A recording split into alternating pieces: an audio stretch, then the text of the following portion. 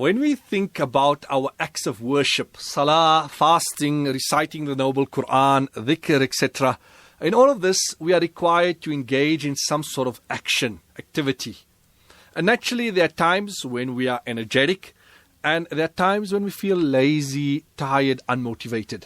At times like that, we feel difficult to carry out our acts of worship. And sometimes we fall short.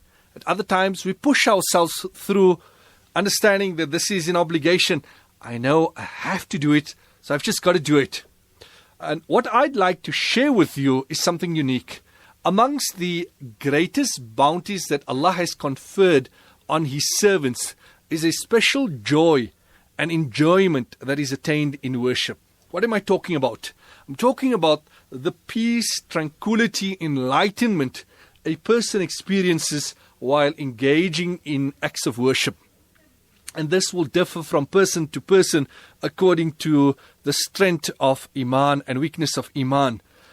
Allah Rabbul Izzah says in the Noble Quran, "Man amila salihan min dhakarin aw untha wa huwa mu'minun فَلَنُحْيَنَّهُ حَيَاةً طَيِّبَةً وَلَنَجْزِيَنَّهُمْ أَجْرَهُمْ بِأَحْسَنِ مَا كَانُوا يَعْمَلُونَ."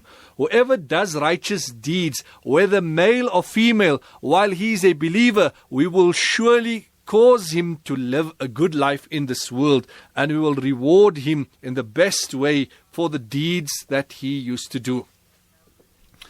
After analyzing data of over 20 countries, the Pew Research had concluded that people who regularly participate in religious congregations tend to be happier and more civically engaged than their peers who are infrequent attendees or don't identify with a religion at all. So really this research shows that religion brings us happiness. Allah Rabbul Izzah is the creator of mankind. He knows our needs and desires.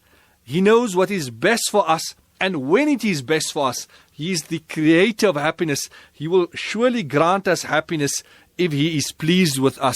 There's a narration of Sayyidina Anas radiyallahu anhu in which the Messenger sallallahu alaihi wasallam said, "Thalathun man kunna fihi wajada halawat al-iman, ay yakuna Allahu wa rasuluhu ahabba ilayhi mimma siwahuma." Whoever possesses three qualities will taste the sweetness of Iman. The first is that you love Allah and His Messenger more than you love anyone or anything else. The second is that you meet a person and that you love a person solely for the sake of Allah.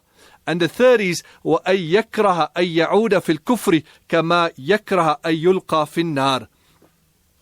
And that a person dislikes to return to kufr like you dislike to be thrown into the fire of Jahannam. When we look at the life of the Messenger sallallahu alaihi wasallam, we're able to gauge that there was a special enjoyment that the Master sallallahu alaihi wasallam would experience in his acts of worship. Nabi sallallahu alaihi wasallam would say, "Qum ya Bilal, fa'arihna bis salah." Give the adhan and give us comfort with salah. Nabi sallallahu alaihi wasallam also said, "وَجُعِلَتْ قُرَّةُ عَيْنِي فِي الصَّلَاةِ." Salah is the coolness of my eyes. Why did Nabi sallallahu alaihi wasallam say this? It's because of the enjoyment that he attained in salah. Therefore, Nabi sallallahu alaihi wasallam would lengthen his rakats while performing the salah. So the question is, how do we attain this joy, this happiness in our acts of worship?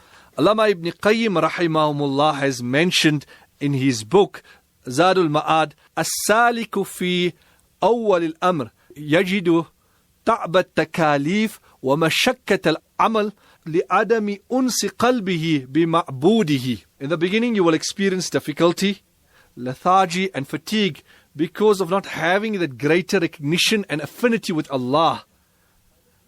But once you gain a degree of familiarity and connection with Allah, then those acts of worship will become a coolness to your eyes. What we need to do is that we need to exert ourselves in our acts of worship until we become accustomed to that. Anything that we do, initially it's difficult. We don't grow when things are easy. We grow when we face challenges. But if we continue exerting ourselves, there's a certain joy that we will experience in our acts of worship. The joy that we will experience will never be attained in sin. In fact, sin brings regret and remorse. In the last moments of his life, Sayyidina Muaz radiallahu anhu started to weep. And those around him asked him, why are you crying? And he said, Abki ala dhama'il hawajir. I'm crying because I will no longer be able to fast on hot days. Wa qiyamil laylil shata'i. And I will no longer be able to perform tahajjud on cold nights, or to be able to travel to meet ulama and to sit in their halaqat of dhikr.